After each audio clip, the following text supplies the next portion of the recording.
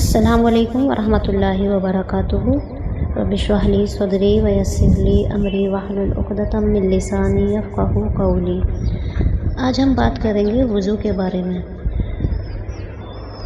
لفظ وضو عربی زبان وضاعت سے نکلا ہے۔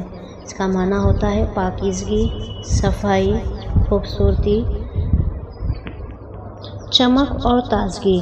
ایسی صفائی جو انسان کو خوبصورت اور تر و تازہ کر دے۔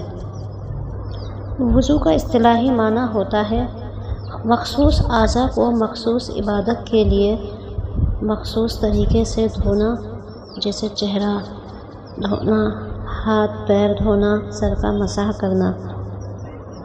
وضو کا نام صرف ہاتھ پیروں کو گیلا کرنا ہی نہیں ہے کہ ہم نے بس پانی لگا لیا ہاتھ پیروں پر تو ہمارا وضو ہو گیا، بلکہ یہ دل کی صفائی اور اپنے آپ کو تیار کرنا کہ ہم اللہ تعالیٰ کے سامنے جا رہے ہیں۔ کیونکہ آپ صلی اللہ علیہ وسلم جب اللہ تعالیٰ سے ملاقات کرتے تو بہت اہتمام کے ساتھ وضو کیا کرتے تھے کہ مجھے میرے رب سے بات کرنی ہے، ملاقات کرنی ہے۔ تو آپ صلی اللہ علیہ وسلم کا طریقہ بھی یہی رہا کہ وضو بہت اہتمام سے کیا کرتے تھے، کوئی جگہ خشک یا خالی نہیں چھوڑتے تھے۔ گویا وضو کا صحیح طریقہ یہ ہے پھر کہ انسان اپنی ظاہری اور باطنی دونوں گندگیوں سے پاک صاف ہو جائے۔ وضو سے پہلے کی دعا بسم اللہ الرحمن الرحیم۔ اس میں ہم سب سے پہلے اللہ تعالیٰ کا نام لیتے ہیں کہ ہم نے وضو کرنے سے پہلے اللہ کا نام لیا کیونکہ وہ رحمان اور رحیم ہیں، اور ہم اللہ کا نام اس لیے لیتے ہیں وضو کرنے سے پہلے کیونکہ ہم نے اللہ تعالیٰ کو اپنا مالک اور خالق جان لیا کہ اس میں میری کوئی طاقت نہیں کہ میں اپنی صفائی اور اپنی پاکیزگی اپنے خود کر لوں، بلکہ میں نے اللہ کے حوالے کر دیا کہ میری ہر چیز کا مالک اللہ تعالیٰ ہے، تو اسی لیے میں نے سب سے پہلے اللہ کا نام لیا۔ پھر وضو کرنے کی سنتیں آ جاتی ہیں۔ سب سے پہلے وضو کی نیت کرنا اور بسم اللہ الرحمن الرحیم پڑھنا، 3 مرتبہ دونوں ہاتھ گٹوں تک دھونا اور مسواک کرنا، اگر مسواک نہ ہو تو انگلی سے دانتوں کو ملنا۔ 3 مرتبہ دونوں ہاتھ گٹوں تک اس لیے دھوئے جاتے ہیں کیونکہ ہمارے جو ہاتھ ہوتے ہیں یہ ہمارے اوزار ہوتے ہیں، ٹولز ہوتے ہیں، تو سب سے پہلے کسی بھی چیز کی ریپیئرنگ کرنے کے لیے اوزاروں کو صاف کیا جاتا ہے، تو اللہ تعالیٰ نے ہمیں حکم دیا ہے کہ ہم اپنے ہاتھوں کو صاف کریں، اور یہ 3 مرتبہ دھونے کا حکم ہے۔ اسی طرح جیسے غسل کیا جاتا ہے تو اس میں بھی سب سے پہلے ہاتھ ہی دھوئے جاتے ہیں 3 مرتبہ، تو 3 مرتبہ ہاتھ دھونے کے بعد اس کے مسواک کرنے کا حکم ہے۔ مسواک کرنا، اور اگر مسواک نہ ہو تو انگلی سے دانتوں کو ملنا۔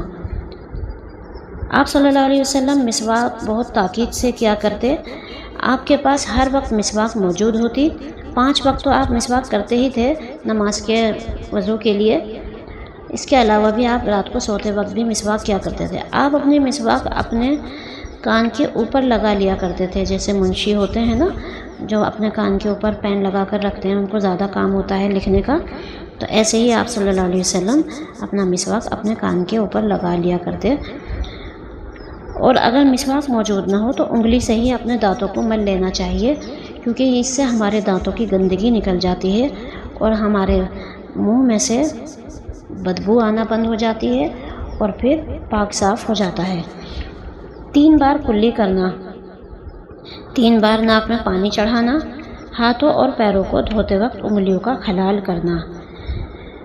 خلال کہتے ہیں ایک چیز کو دوسری چیز میں ڈالنا۔ ہر عضو کو 3 بار دھونا، 1 مرتبہ پورے سر کا مسح کرنا۔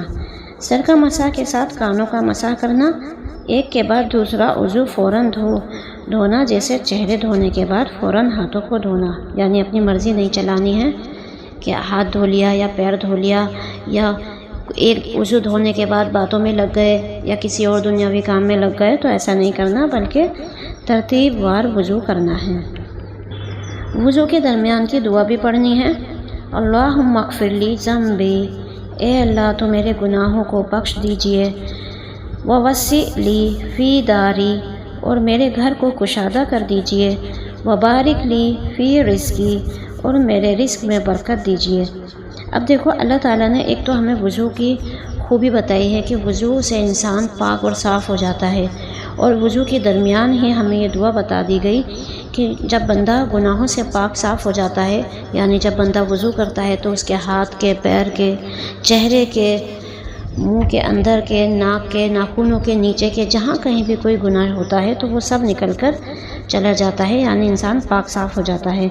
تو جب بندہ گناہوں سے پاک صاف ہو جاتا ہے تو فوراً ہی وہ اللہ تعالیٰ سے دعا مانگتا ہے، اللہم اغفر لی ذنبی، اے اللہ تو میرے گناہوں کو بخش دے، ووسع لی فی داری، اور میرا گھر کشادہ کر دیجئے۔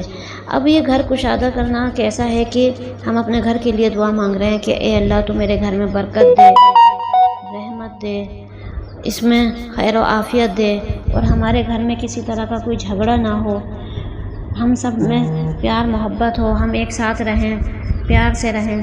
تو یہی گھر کی کشادگی ہے۔ گھر کا بڑا ہونا ہی صرف اچھا نہیں ہوتا، بلکہ گھر میں رہنے والوں کے لیے اور گھر میں خیر و برکت ہونا ہی اچھا ہوتا ہے۔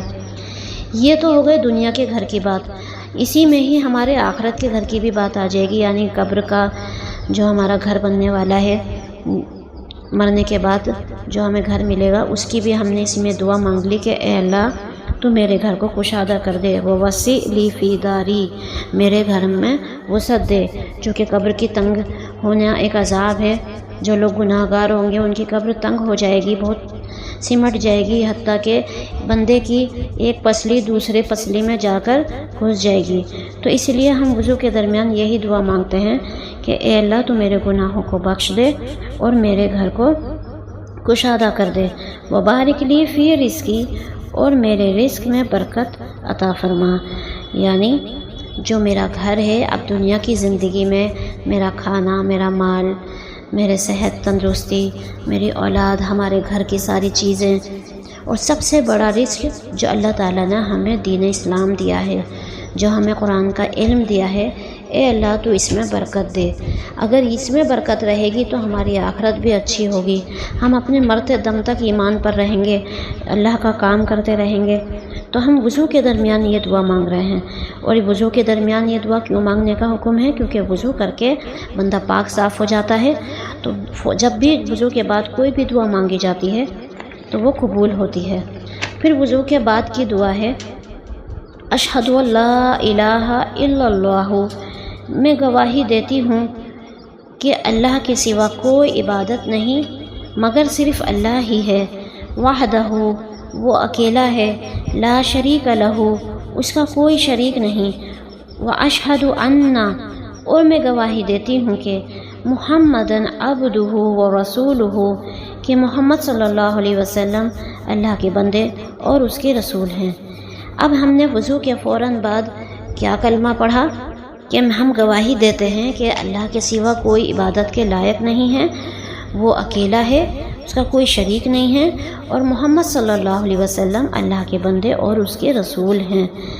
انسان جب وضو کرتا ہے نا تو وہ پاک صاف ہو جاتا ہے، اور پاک صاف ہوتے ہی سب سے پہلے اس کا ایمان بڑھتا ہے۔ ایمان بڑھتے ہی کون سا دعا بتائی ہے؟ یہ کلمہ اشہد ان لا الہ الا اللہ وحدہ لا شریک لہ واشہد ان محمدًا عبدہ ورسولہ، کہ بندہ اللہ کے ایک ہونے کی بھی گواہی دیتا ہے اور اللہ کے رسول کے بندے ہونے اور اس کے رسول ہونے کی بھی گواہی دیتا ہے۔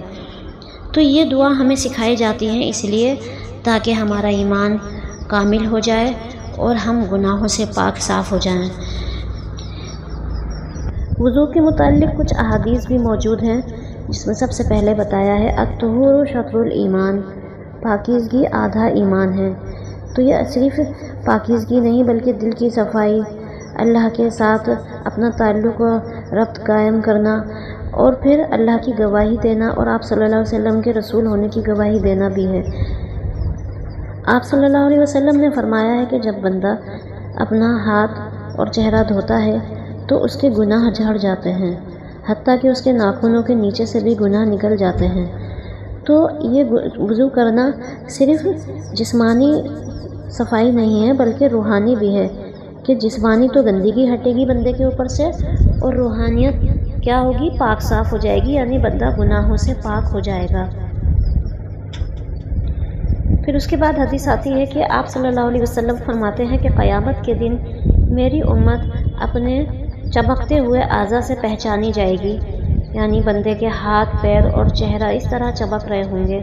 ویسے تو اور نبی بھی آئیں گے اور ان کی امت کی بھی پہچان ہوگی، لیکن خاص محمد صلی اللہ علیہ وسلم کی امت کی پہچان ان کے چمکتے ہوئے چہروں سے ہوگی۔ اور یہ چمکتے ہوئے چہرے کس طرح بنیں گے؟ جب بندہ دنیا میں ہر وقت وضو کی حالت میں رہے گا۔ اب دیکھیں، ہم اس بات پر غور کریں کہ بندہ دنیا میں رہ کر اپنے چہرے کو چمکانے کے لیے کتنا ٹائم لگاتا ہے۔ مان لو اگر کوئی بندہ فیشیل وغیرہ کرتا ہے تو 1 گھنٹہ اس کا آرام سے لگ جاتا ہے، جبکہ وضو کرنے میں صرف 2 سے 3 منٹ یا زیادہ ہی اگر کسی بندے نے اہتمام کے ساتھ وضو کیا تو 5 منٹ لگتے ہیں۔ اور اگر ہم پورے دن کی یہ بات شمار کر لیں کہ ہر نماز میں 5-5 منٹ کا وضو اگر لگائیں یا اس سے کم بھی وقت لگتا ہی ہے، تو حد سے زیادہ 15-20 منٹ ہمارے لگیں گے پورے دن کے لگا کر۔ اور یہ 15-20 منٹ ہمارے کتنے کامیاب ہوں گے کہ دنیا میں بھی ہمارا چہرہ خوبصورت ہو جائے گا اور آخرت میں بھی ہماری پہچان ہو جائے گی کہ ہم آپ صلی اللہ علیہ وسلم کی امت میں سے ہیں۔ تو ہم پھر اس بات کا فائدہ کیوں نہ اٹھائیں کہ ہم اپنے آپ کو وضو کی حالت میں ہی رکھیں۔ پھر اس میں ایک بات یہ بھی آ جاتی ہے کہ جب بندہ رات کو سوئے تو وضو کر کر سوئے۔ وضو کر کے سونے سے شیطان پاس نہیں آتا ہے، بلکہ فرشتے آتے ہیں اور ہماری حفاظت کرتے ہیں۔ اور پھر فرشتے جب ہمارے ساتھ ہوتے ہیں تو ہمیں صبح فجر پڑھنے میں بھی آسانی ہو جاتی ہے اور ہمارے گناہوں کا بوجھ ہم سے اتر چکا ہوتا ہے، کیونکہ وضو کرنے سے سارے گناہ جھڑ جاتے ہیں تو ہمارا بدن ہلکا ہلکا محسوس ہوتا ہے۔ اور اگر کوئی بندہ ڈپریشن میں آ گیا ہے تو اس کا بھی یہی علاج بتایا گیا ہے کہ اس سے بار بار وضو کروایا جائے۔ ڈپریشن کا اثر ختم ہوتا رہتا ہے اور بندہ ٹھیک ہو جاتا ہے۔ تو یہ سارے طریقے آپ صلی اللہ علیہ وسلم نے ہمیں بتا دیے ہیں۔ اگر ہم ان طریقوں پر چلیں گے تو یہ سنت طریقے ہیں، اور پھر اسی طرح سے ہمارے لیے آسانی ہو جائے گی قیامت کے دن کہ ہم آپ صلی اللہ علیہ وسلم کی امت میں سے ہیں اور آپ کی شفاعت ملنا ہمارے لیے آسان ہو جائے گا۔ وضو میں 4 چیزیں فرض ہیں۔ نمبر 1، پیشانی کے بالوں سے تھوڑی کے نیچے تک اور ایک کان کی لو سے دوسرے کان کی لو تک پورا چہرہ دھونا، دونوں ہاتھوں کو کوہنیوں سمیت دھونا، چوتھائی سر کا مسح کرنا اور دونوں پاؤں ٹخنوں سمیت دھونا۔ یہ 4 چیزیں فرض ہیں۔ فرض کہتے ہیں کہ وہ کام جو ہمیں کرنا ہے اور اگر ہم نے اسے چھوڑ دیا تو وہ ادھورا ہے، پھر وہ پورا کمپلیٹ نہیں ہوگا۔ جیسے ایک گھر کی دیوار ہوتی ہے، اگر گھر میں دیواریں نہ ہوں تو گھر کیسے مکمل ہوگا؟ تو سمجھو وہ دیواریں تو ہونا فرض ہے، تو وہ فرض تو ادا ہونا ہی ہونا ہے۔ اب ہم اس کے ساتھ اگر سنتیں لگا دیں تو سنتیں یہاں اس طرح سمجھی جا سکتی ہیں کہ جیسے اس گھر کی دیواروں کو جب ہم سجائیں گے، پینٹ کرائیں گے، اس پہ خوبصورت چیزیں لگائیں گے، تو سمجھو ہم نے فرض کے ساتھ سنتیں ادا کر لی، اب وہ کام ہمارا مکمل ہو گیا۔ اسی طرح وضو کو توڑنے والی چیزیں بھی ہیں۔ 8 چیزوں سے وضو ٹوٹ جاتا ہے، انہیں نواقض وضو کہتے ہیں۔ پاخانہ، پیشاب کرنا یا ان دونوں راستوں سے کسی چیز کا نکلنا، ریح یعنی ہوا کا پیچھے سے نکلنا، بدن کے کسی حصے سے خون یا پیپ کا نکل کر بہہ جانا، منہ بھر کے قے آنا، کیا مطلب الٹی کرنا، لیٹ کر یا سہارا لگا کر سو جانا، بیماری یا کسی اور وجہ سے بے ہوش ہو جانا، مجنون یعنی پاگل ہو جانا، نماز میں کہہ مار کر ہنسنا۔ اگر نماز کے لیے وضو کیا تھا، پھر دوسری نماز کا وقت آ گیا اور ابھی وضو ٹوٹا نہیں ہے تو اسی وضو سے نماز پڑھنا جائز ہے، اور اگر دوبارہ وضو کر لیں گے تو بہت ثواب ملتا ہے۔